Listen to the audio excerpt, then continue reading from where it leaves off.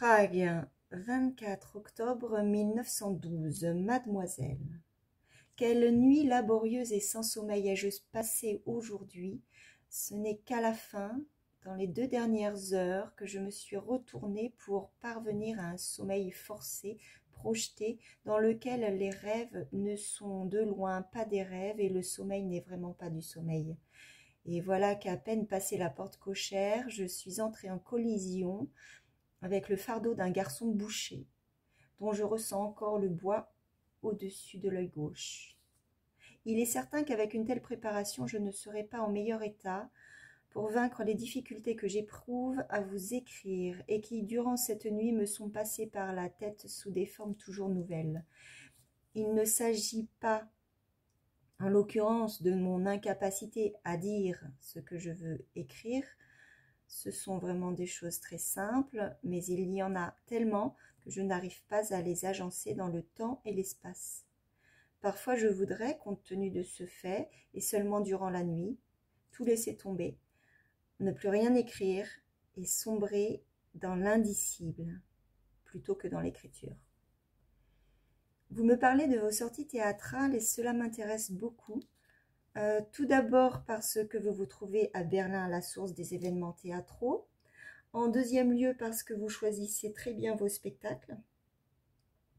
À l'exception du théâtre Métropole que j'ai aussi fréquenté avec un bâillement de toute ma personne bien plus large que le cadre de scène. Et troisièmement, parce que moi-même, je ne connais rien au théâtre.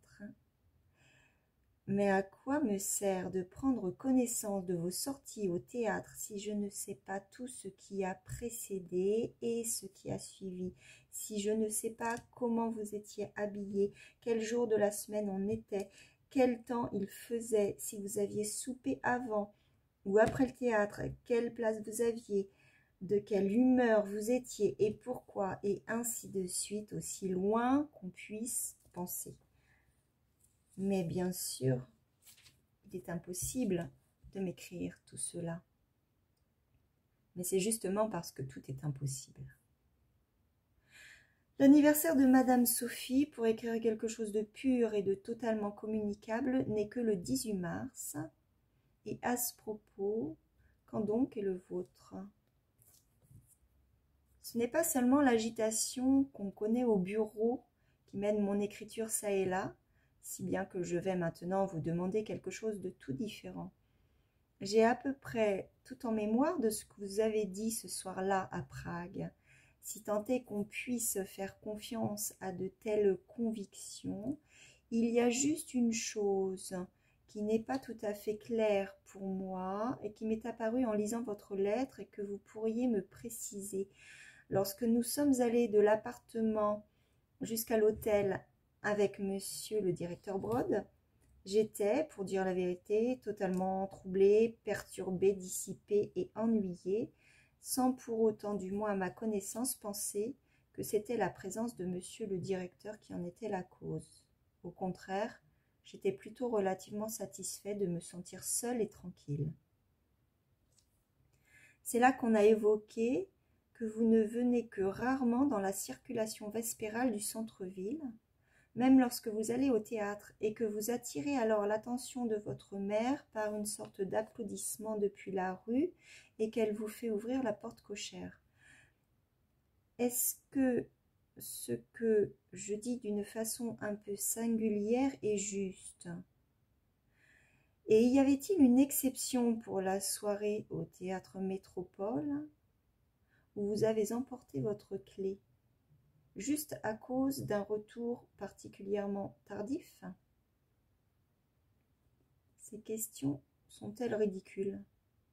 Mon visage est très sérieux, et si vous riez, je vous prie de rire amicalement et de me répondre précisément. Au plus tard au printemps sortira chez Revolt à Leipzig un volume d'annales littéraires édité par Max. Il contiendra une petite nouvelle de moi, La Sentence, qui portera la dédicace pour Mademoiselle B, pour Mademoiselle Felice B. Est-ce un comportement trop impérieux pour vos droits? et particulièrement du fait que cette dédicace est écrite dans cette nouvelle depuis un mois déjà et que le manuscrit n'est plus du tout en ma propriété. S'agirait-il d'une excuse que l'on pourrait faire valoir si je me suis contraint à laisser tomber la suite pour mademoiselle Félicie B, pour qu'elle ne reçoive pas toujours que des cadeaux d'autres personnes. Du reste, cette nouvelle n'a dans sa substance, pour autant que je puisse le constater, pas le moindre rapport avec vous, à l'exception d'une jeune fille, Frida Brandenfeld, qui y apparaît furtivement et qui a en commun avec vous les initiales de son nom, comme j'ai pu le remarquer par la suite. Le seul rapport consiste bien plus dans le fait que cette petite nouvelle essaye de loin de vous être chère.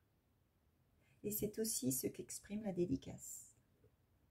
Cela me pèse lourdement de ne pouvoir apprendre ce que vous avez répondu à mon avant-dernière lettre. Tant d'années sont passées durant lesquelles je n'ai rien entendu de vous, et voici qu'à présent, d'une façon hautement superflue, un mois doit être jeté à l'oubli.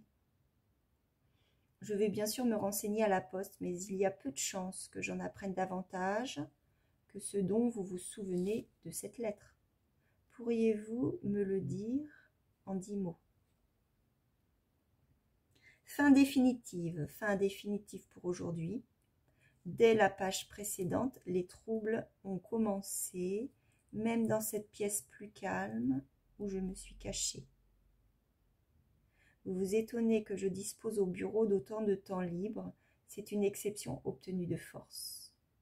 Et que je n'écrive qu'au bureau. Il y a des explications à cela aussi, mais pas de temps pour vous les écrire. Portez-vous bien et ne vous fâchez pas de devoir tous les jours aller signer des récépissés. Votre Franz.